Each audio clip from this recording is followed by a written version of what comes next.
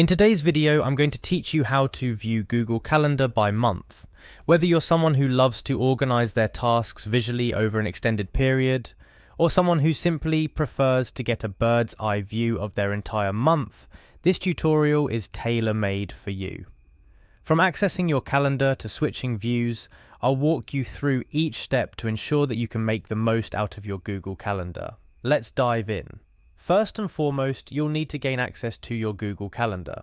So open up your preferred web browser and head over to the Google Calendar web page. If you're not already logged in, the site will prompt you to sign in. It's time to type in your email and password tied to your Google account. Don't rush, make sure you've entered everything correctly to avoid any unnecessary hiccups. Once you've typed everything in, simply click Next. After successfully logging in, you'll find yourself at the main page of Google Calendar. By default, it often sets to a weekly view, so if you landed on the week of July 28th, 2024, don't worry.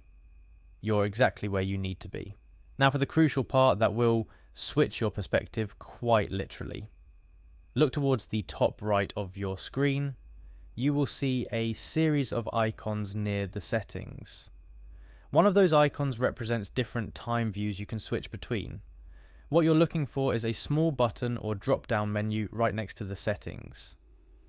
This little drop-down is your gateway to changing how you view your calendar. So go ahead and click on that drop-down menu. A list of time frames will appear, such as day, week, year, and the one we're interested in today, month. Click on month. Just like that, your calendar view switches, providing you with a wholesome monthly overview. It's a simple click, but it completely transforms how you interact with your calendar.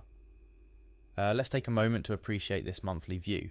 You can easily see your entire month at a glance, making planning and recognizing patterns in your schedule much easier.